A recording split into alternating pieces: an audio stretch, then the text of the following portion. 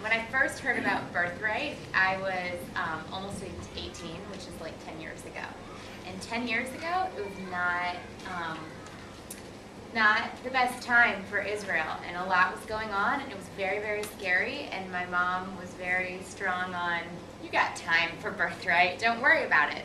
And then I went to college, and then I graduated, and then my life just got really, really busy, and so I never went back to even thinking about Birthright. And my mom sent me an email this past February and said, I think you might be able to do it now. Do you want to, and I'm like, no, these are kids. I can't go with little kids. There's no way I could do it. I'm way too old. And so I told my husband about it, and his big joke, some of you I've told, but his big joke was, there's not that many perks of being Jewish, so you should really take this one. And so I decided to go for it, and I have to say that I've just been really blown away, and have felt really, really comfortable here. I don't feel strange at all being kind of the older one at all. Everyone's been really great and asking about my husband, and I really appreciate all of that. And the one thing that I think has been really special for me is that I came on this trip thinking, well, I wonder if I go home if I'm going to want to be like really religious and, change my whole life of how I see myself as being a Jew. And I think what's so great is that I found a great way to do that. I found ways to be, I don't even want to say more religious, but ways to take all the traditions that are so meaningful, things that I've grown up with, and put them into my life without being, still having the same spiritual connection that I had before. But like Friday nights, a lot of times we don't necessarily go out. We don't really know what to do on a Friday night. Well, now I've got something really special that I can do on Friday nights. And I can make dinner and light the candles and have a nice evening at home and have so much more meaning than just saying, let's just stay in tonight. And so I feel like that's going to be really special. And I am going to come back on a second honeymoon.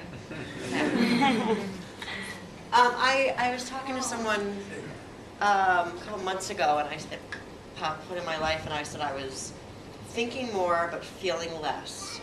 And I feel like here, like the balance, it's like kind of came together. Because I was always a very like emotional and feeling person, and not thinking, and impulsive, and for good and bad things. And here it kind of came together.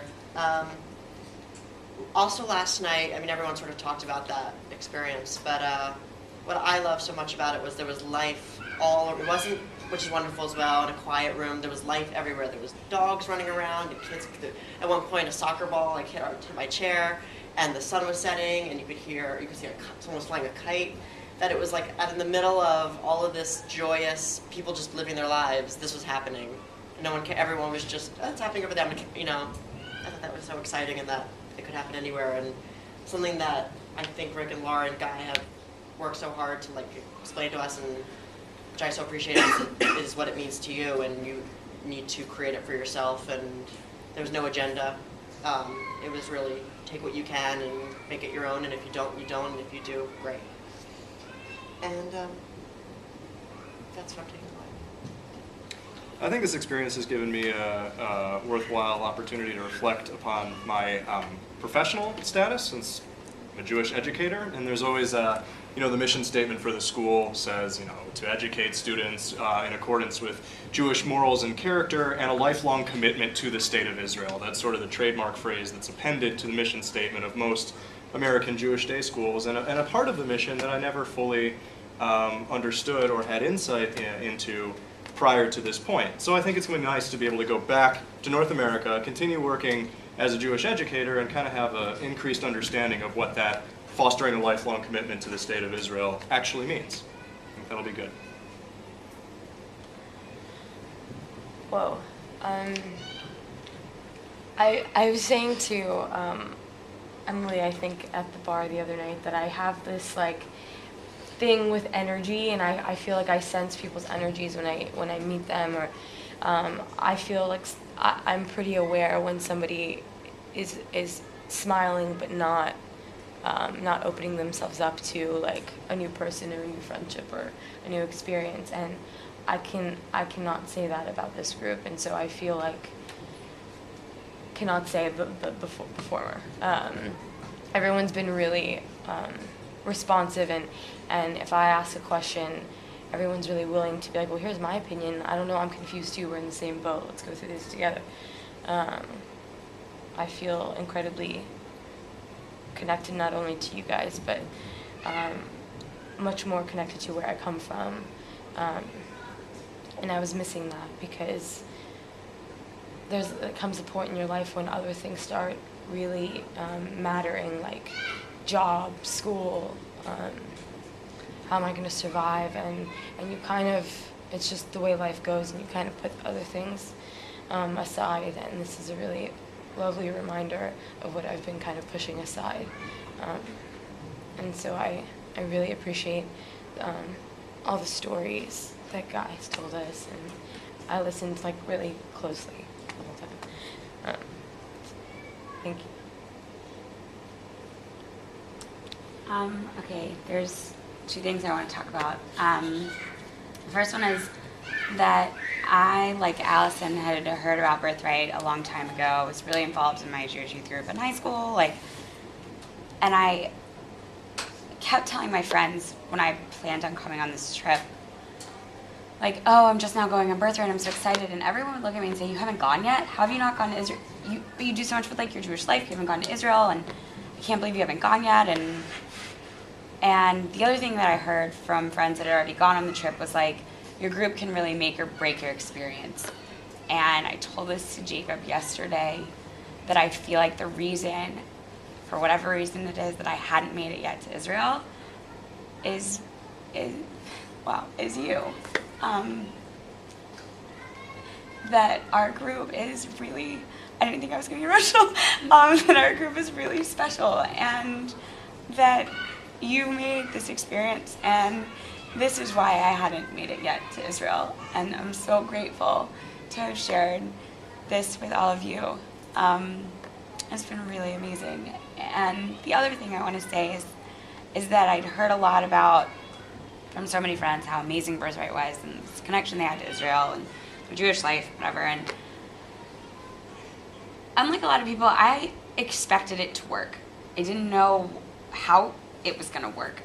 I didn't know how Guy and Rick and Laura and our Israeli friends were going to be able to make me feel what I feel for the land of Israel, but I hoped that it would work, and it did.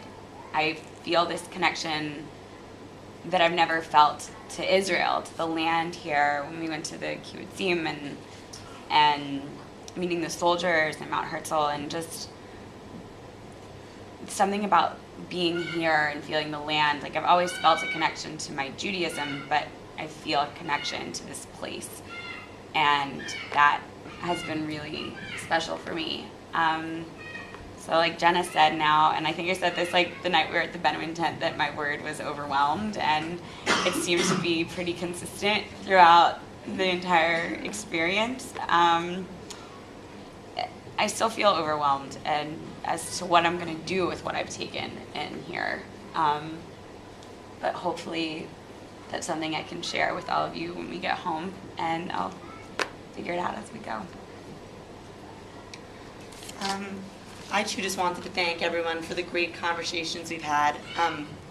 I had signed up for Birthright several times, but was unable to go either for job purposes or something was always getting in the way. My college ran several trips and I just could never make it. And in the end, I'm so happy that I was able to go and meet 39 new people. I mean, I don't think I would have recognized it at the time, but going, I was a little bit older and meeting new people, I think it really enriched the experience, because people didn't go in just looking to, party in Israel just like they could do in any other country. So I think that made the experience really special.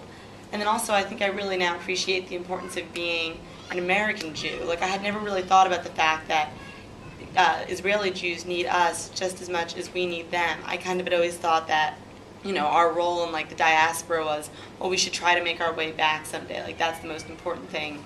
But it really seems like the two of us, or I guess all Jews in the world need each other, and they need to be in the places that they are, and each contribute something different. And I never really thought of the Jewish community in that way before. So that's definitely something that I'll be taking back when I go home, and we'll definitely be able to discuss with my friends when, each one says, it's most important to go to Israel. I'll say, well, there's a really important role for Jews in America as well.